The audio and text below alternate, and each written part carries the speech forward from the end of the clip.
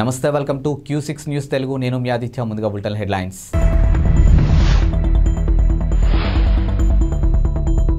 వాళ్ళు మన బలం ఉపయోగించుకోండి ఒక్క ప్రాణం కూడా పోకూడదు గుర్తుపెట్టుకోండి సీఎం జగన్ సంచలన వ్యాఖ్యలు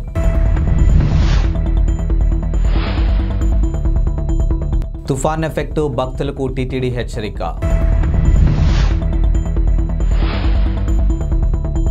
తుఫాన్ ప్రభావంతో సుడిగాలి బీభత్సం పైకెగిసిన నీరు మీచౌంగ్ తుఫాను ప్రభావంతో తమిళనాడుతో పాటు ఆంధ్రప్రదేశ్లో అతి భారీ వర్షాలు కురుస్తూ ఉన్నాయి. తుఫాను ప్రభావిత ప్రాంతాల్లో సహాయక చర్యలు ముఖ్యమంత్రి వైఎస్ జగన్మోహన్ రెడ్డి అధికారులతో సమీక్ష నిర్వహించారు. ప్రజలందరూ ప్రాణాలను కాపాడుకోవడం మన బాధ్యత అని ఒక్క ప్రాణం కూడా పోకూడదని అధికారులు ఆదేశించారు.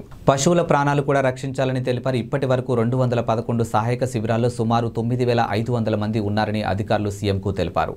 ఇక నెల్లూరు, తిరుపతి సహా తుఫాను వల్ల దెబ్బతిన్న ప్రాంతాల్లో కరెంటు సరఫరా వ్యవస్థను యుద్ధ ప్రాతిపదికన పునరుద్ధరించాలని సూచించారు. సీఎం క్యాంపు కార్యాలయంలో జరిగినటువంటి ఈ సమీక్ష సమావేశంలో రెవెన్యూ విపత్తు నిర్వహణ శాఖ special CS G Sai Prasad, CCLI secretary Imtiaz, CMO అధికారులు పాల్గొన్నారు. ఇద్దరికీ కూడా లైఫ్ను మనం ప్రొటెక్ట్ చేయగలిగిన బాధ్యతను మనం తీసుకుంటున్నాం అనేది గుర్తుపెట్టు. స్పెషలీ ప్యాడీ ప్రొక్యూర్మెంట్, ఖరీఫ్ ఏదైతే కోతకు వచ్చిందో ఈ పంటను మనం కాపాడుకోవడం అన్నది వెరీ వెరీ ఇంపార్టెంట్ ఆస్పెక్ట్. దీనికి సంబంధించి ఇప్పటికే ఆల్మోస్ట్ 97,000 టన్స్ను నిన్న ప్రొక్యూర్ చేసినాం. ఎన్డీఆర్ఎఫ్, ఎస్డీఆర్ఎఫ్ అన్నది one part of the story.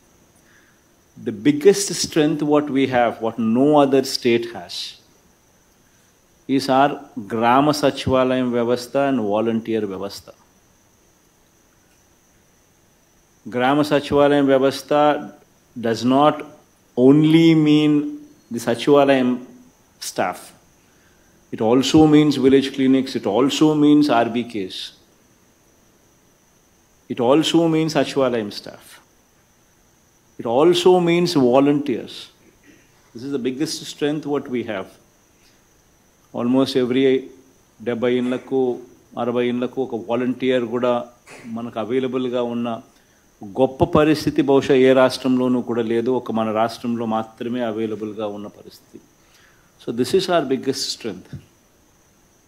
So ఈ స్ట్రెంగ్త్ను బాగా ఉపయోగించుకోమని చెప్పి ప్రతి కలెక్టర్కు మరొకసారి at the cost of repetition I'm once again telling them, because every time there is meeting of this sort, every time there is a cyclone, every time I give the directions. But it is very important that this వ్యవస్థ ఏదైతే మనం create చేసినామో ఈ వ్యవస్థను మనం ఎంత ఎఫెక్టివ్గా, ఎంత ఎఫిషియెంట్గా వాడుకోగలిగితే అంత ఎఫిషియన్సీ ఇంతకుముందు నేను చెప్పినవి అన్నిట్లోనూ కూడా తీసుకొని రావచ్చు. Very very important aspect. One should always keep in mind that ఈ క్యాంప్స్లోకి ఎవరినైతే మనం మనుషులను తీసుకొని పంపిస్తున్నామో, పెడుతున్నామో, మీరే వెళ్ళి క్యాంపుల్లో ఉంటే what kind of facilities you would like to have, you would want there to be in existence. అవే రకమైన ఫెసిలిటీస్ అక్కడ ఉండేట్టుగా చూసుకోండి. ఒక 10 రూపాయలు ఎక్కువ ఖర్చు అయినా పర్వాలేదు. Please be mindful of this. You need to position yourself in their shoes and be empathetic to the cause. So this is one thing that you need to be very very mindful of that. And క్యాంపుకు వచ్చిన ప్రతి ఒక్కరూ కూడా ఇంటికి వెళ్ళేటప్పుడు చిరునవ్వుతో ఇంటికి వెళ్ళే పరిస్థితి తీసుకొని రావాలి. ఇంటికి వెళ్ళేటప్పుడు give them 1,000 rupees per head, or if it's a family, ఇంతకుముందు 2,000 ఇమ్మని చెప్తా ఉంటుంది, ఇప్పుడు దాన్ని కూడా ఇంకొక 500 పెంచి 2,500 ఫ్యామిలీకి ఇచ్చి పంపించండి. తుఫాన్ ప్రభావంతో తిరుమలలో ఈదురుగాలు కూడినటువంటి భారీ వర్షం కురుస్తున్నాయి. దీంతో భక్తులకు ఇబ్బంది పడుతూ ఉన్నారు. పాంచజన్య సమీపంలో భారీ వృక్షం నేలకూలింది. దీంతో 4 వాహనాలు దెబ్బతిన్నాయి. తిరుమలలో 10 సెంటీమీటర్ల వర్షపాతం నమోదైంది. తుఫాను నేపథ్యంలో ఉదయం 6 గంటల నుంచి రాత్రి 8 గంటల వరకే ద్విచక్ర వాహనాలు ఘాట్ రోడ్లపై తిరిగేందుకు టీటీడీ అనుమతి ఇచ్చింది. తుఫాను కారణంగానే రేణిగుంట విమానాశ్రయం నుంచి రాకపోకలు సాగించే పలు విమాన సర్వీసులు రద్దయ్యాయి.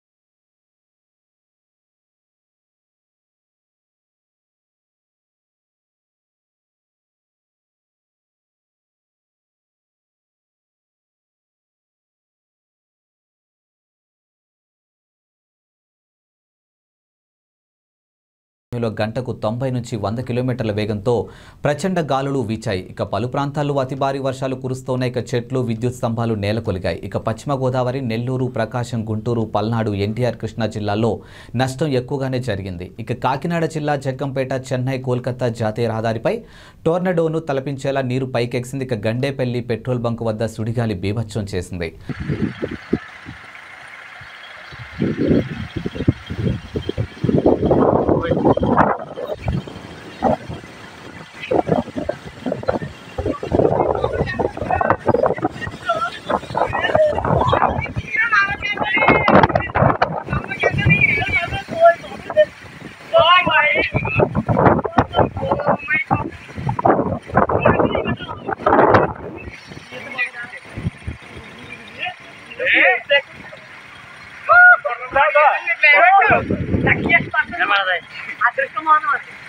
సముద్రం చూడకుండా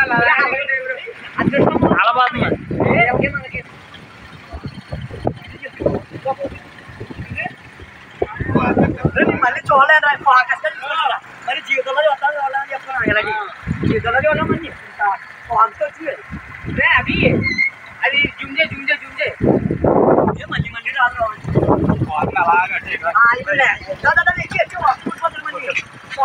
అవి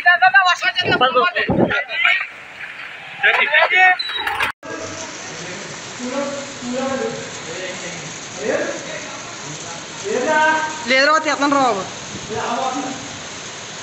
బాబా ఇంత దారుణమే. ఇప్పుడు దాకా చాలా స్పీడ్ వచ్చిందిరా. ఎప్పుడు చూడలేదు ఇదే ఫస్ట్ అమ్మ బాబా అంత పొగలవుతుందిరా బాబా. అది ఓయ్ బాబా ఎన్ని జుట్టు చేయి బట్టలు గుట్టలు ఓయ్ బాబా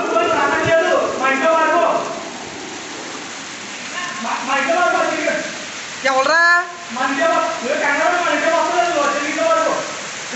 వచ్చాము ఇవిడ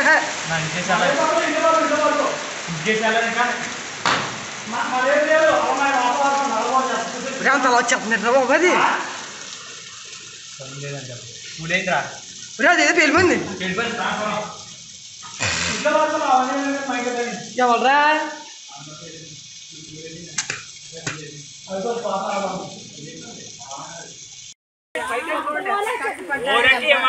రంగులు కూర్చుండి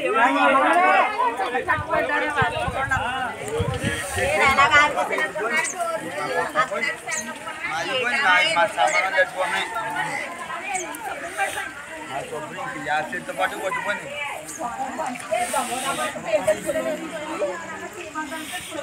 పక్కకు వచ్చేసాను.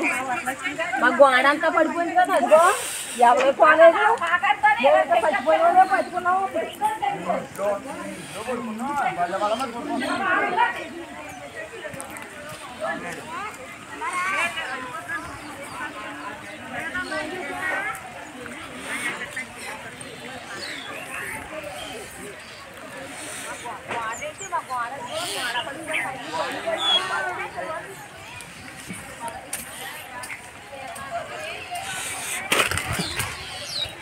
పోయి వాళ్ళు రెండు పోయి మొత్తం పోయాలి.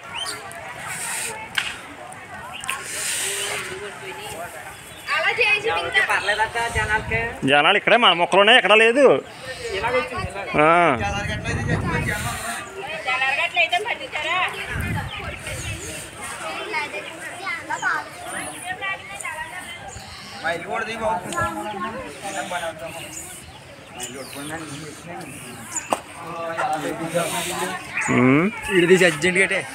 వాళ్ళు రావాలి కదా కరెంట్ వాళ్ళకి. బాబోయ్ ఎక్కడ ఏం లేదు.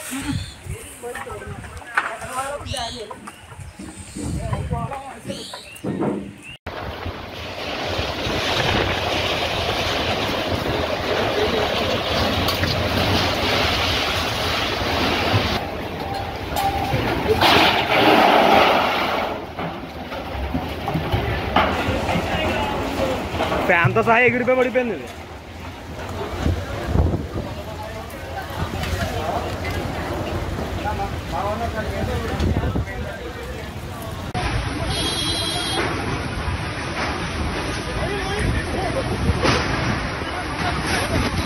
తెలంగాణ కొత్త సీఎంపై ఉత్కంఠకు తెరపడింది. ఇక రాష్ట్రానికి కాబోయే ముఖ్యమంత్రిగా కొడంగల్ ఎమ్మెల్యే టీపీసీసీ అధ్యక్షుడు రేవంత్ రెడ్డిని కాంగ్రెస్ అధిష్టానం ఖరారు చేసింది.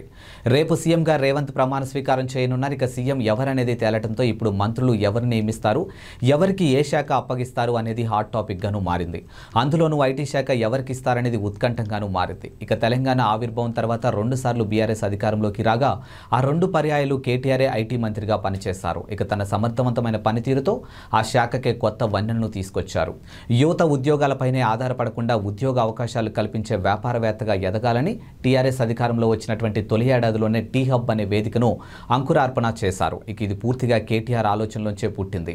7 ఏళ్లు తిరిగేసరికి టీ హబ్ ప్రపంచ స్థాయి స్టార్టప్లకు వేదికగాను మారింది. తన తల్లి మొబైల్లో ఉన్న ఓ యువతి ఫోటోను చూసి ప్రేమలో పడిపోయిన యువకుడు ఆమెను పెళ్లి చేసుకోవాలని నిర్ణయించుకున్నాడు. ఆ ఫోటోలో ఉన్న యువతిని మన దేశం కాదని, ఆమె విదేశీ అమ్మాయిని తెలిసింది. అయినా సరే ఆమెను ఇష్టపడి అతడు తన అభిప్రాయాన్ని కుటుంబ సభ్యులకు తెలియజేశాడు. ఇక కొడుకు ఇష్టాన్ని కూడా గౌరవించిన ఆ తల్లిదండ్రులు అమ్మాయి కుటుంబంతో మాట్లాడారు. అందుకు వారు కూడా సమ్మతించడంతో పెళ్లికి గ్రీన్ సిగ్నల్ వచ్చేసింది. కానీ ఇంతలో కరోనా, వీసా సహా పలు ఆటంకాలు ఎదురవడంతో 5 ఏళ్ల పాటు నిరీక్షించాల్సి వచ్చింది. చివరకు అన్ని ఆటంకాలు అధిగమించిన ఈ జంట వచ్చే ఏడాది 1 కాబోతుంది.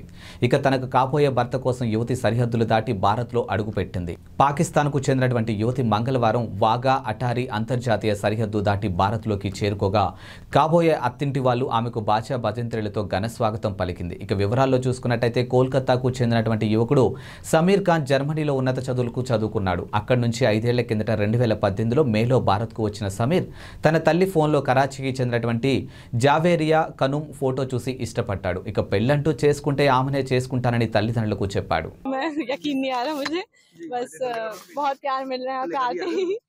बहुत खुश हूँ मैं। 5 साल के बाद 5.5 साल के बाद अब हमें जाके मुझे वीजा मिला है तो मैं आ सकी हूँ यहाँ पे। तो खाली पासपोर्ट वगैरह आ गए थे वापस।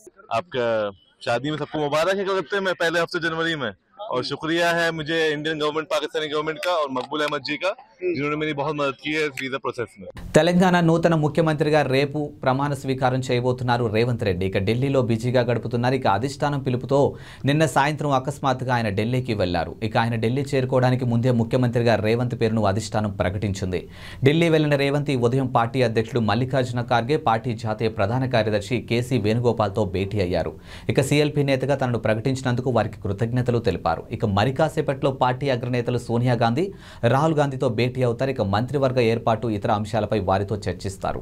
అలాగే ప్రమాణ స్వీకార కార్యక్రమానికి వారిని ఆహ్వానిస్తారని సమాచారం. తెలంగాణ ముఖ్యమంత్రిగా గురువారం ప్రమాణ స్వీకారం చేయబోతున్న రేవంత్ రెడ్డికి శుభాకాంక్షలు వెల్లువెత్తుతూ ఉన్నాయి. ఇక పార్టీలకు అతీతంగా నేతలు అభినందనలు తెలియజేస్తూ ఉన్నారు. ఇక టీపీసీసీ అధ్యక్ష బాధ్యతలు అప్పగించిన సమయంలో రేవంత్ని తీవ్రంగా వ్యతిరేకించిన కాంగ్రెస్ పార్టీ సీనియర్ నేత కోమటిరెడ్డి వెంకటరెడ్డి కూడా ఈ జాబితాలో చేరిపోయారు.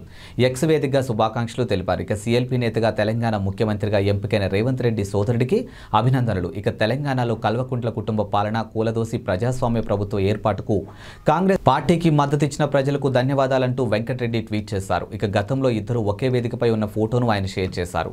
బీజేపీ తెలంగాణ అధ్యక్షుడు కిషన్ రెడ్డి కూడా ఎక్స్ వేదికగా రేవంత్ రెడ్డికి శుభాకాంక్షలు తెలిపారు. నంద్యాల జిల్లా మహానంది ఆలయానికి భక్తుడు విలువైన కానుక అందజేశారు. ఇక నంద్యాలకు చెందినటువంటి రిటైర్డ్ ఎస్బీఐ మేనేజర్ మారం వెంకట సుబ్బయ్య దంపతులు 35 కేజీల వెండితో తయారు చేయించినటువంటి రుద్రాక్ష మండపాన్ని ఆలయానికి అందజేశారు. ఈ రుద్రాక్ష మండపంను ఆలయ ఈవో చంద్రశేఖర్ రెడ్డికి దాతలు అందజేశారు. ఇక కార్తీక 3వ సోమవారం సందర్భంగా ఆలయంలో సంప్రోక్షణ అనంతరం దాతలు కుటుంబీకులు శ్రీ మహానందీశ్వర స్వామి వారికి ప్రత్యేక పూజలు నిర్వహించి రుద్రాక్ష మండపాన్ని అందించారు. దాతలు వెంకట సుబ్బయ్యకు కుటుంబీకులు ఆలయ ఈవో చంద్రశేఖర్ రెడ్డి కృతజ్ఞతలు తెలిపారు. ఇక మహానందిలో మరింత మంది భక్తులు విరాళాలు అందజేసి ఆలయ అభివృద్ధిలో భాగస్వాములైన స్వామి అమ్మవార్ల కృపకు పాత్రులు కావాలని ఈవో కోరారు. ఇక రుద్రాక్ష మండపం గర్భాలయంలో స్వామివారి కోసం అలంకరిస్తారు. ఇక కార్తీక మాసం కావడంతో మహానందికి భక్తులు భారీగా తరలివచ్చారు. ఇక ప్రత్యేక పూజలు నిర్వహించారు. కర్నూలు జిల్లాలో పొలం వెళ్లిన రైతును అదృష్టం వరించింది. ఇక తుగ్గలి మండలం జొన్నగిరికి చెందినటువంటి పొలంలో కంది పంటను సాగు చేశారు. ఈ క్రమంలో పొలంలో పనులు చేస్తుండగా ఆమెకు ఓ రాయి దొరికింది. వజ్రంగా భావించి అనుమానంతో ఓ వజ్రాల వ్యాపారికి చూపించగా అది వజ్రం అని రైతుకు చెప్పారు. ఇక కొద్ది రోజులుగా కురుస్తున్న వర్షాలకు ఆ వజ్రం పైకి తేలి ఉంటుందని భావిస్తూ ఉన్నారు. ఆ వజ్రాన్ని వ్యాపారి 6 లక్షలకు కొనుగోలు చేశారు. గతంలో వజ్రాలు దొరుకుతున్నాయి అంటే అదృష్టంగా భావించేవాడినని, కానీ తనకు వజ్రం దొరకడం ఎంతో ఆనందంగా ఉందని పేర్కొన్నారు. ఇక కర్నూలు జిల్లాలోని జొన్నగిరి పగిడిరాయి, కొత్తూరు, పేరవల్లి ప్రాంతాల్లో వజ్రాలు దొరుకుతున్నాయి. ఇక దీంతో జిల్లాలతో పాటు పొరుగు జిల్లాల రాష్ట్రాల నుంచి కూడా జనాలు వచ్చి అక్కడ గాలిస్తూ ఉన్నారు. అంతేకాదు కర్నూలు జిల్లాకు పొరుగు నుండే కర్ణాటక, తెలంగాణ నుంచి కూడా ఎక్కువ మంది జనాలు వజ్రాల వేటకు వస్తూ ఉన్నారు. అంతేకాదు స్థానిక రైతులు, కూలీలు కూడా వజ్రాల కోసం రోజుల తరబడి పొలాల్లోనే వెతుకులాట ప్రారంభించారు. ఒక్క వజ్రమైనా దొరక్కపోదా అన్న ఆశతో అక్కడే ఎదురు చూస్తూ ఉన్నారు. బాలీవుడ్ శ్రద్ధా కపూర్కు ఉన్న క్రేజ్ అందరికీ తెలిసింది. ఇక శ్రద్ధా కపూర్ ఇప్పుడు ఎక్కువగా సినిమాలు చేయడం లేదు. కానీ ఒకప్పుడు శ్రద్ధా కపూర్ టాప్ రేస్లో ఉండేది. ఆషికీ 2 సినిమాతో శ్రద్ధా కపూర్ గ్రాండ్ ఎంట్రీ ఇచ్చింది. ఇక సాహో సినిమాతో సౌత్లోనూ క్రేజ్ సంపాదించుకుంది. లేడీ ఓరియంటెడ్ సబ్జెక్టులపైన ఫోకస్ పెడుతూ ఉంటుంది. ఇక బాలీవుడ్ సీనియర్ నటుడు శక్తి కపూర్ తనయ శ్రద్ధా కపూర్ ఎంట్రీ ఇచ్చిన తనకంటూ సొంత ఇమేజ్ను సంపాదించుకుంది. ఇక ఈ శ్రద్ధా కపూర్ ఇప్పుడు యాడ్స్, ఇతర బ్రాండ్స్లకు ప్రచారకర్తగా మారిపోయింది. ప్రస్తుతం ఆమె ఆజియో సేల్లో ఎక్కువగా కనిపిస్తూ ఉంది. ఇక పండుగ స్పెషల్కు పెట్టే సేల్స్ యాడ్లో ఎక్కువగా కనిపిస్తూ ఉంటుంది. ఈ క్రమంలో ఆజియో సేల్స్ యాడ్స్ మీద శక్తి కపూర్ స్పందించాడు. ప్రతిసారి ఆ సేల్ యాడ్స్లో నా కూతుర్ని ఎందుకు చూపిస్తావు అడ్మిన్ బేటా అని శక్తి కపూర్ ఇన్స్టాలోనూ అడిగేశాడు. ఇవి ఇవాల్టి బులెటిన్ అప్డేట్స్. మరో బులెటిన్తో మళ్ళీ కలుద్దాం. అంతవరకు సెలవు, నమస్కారం.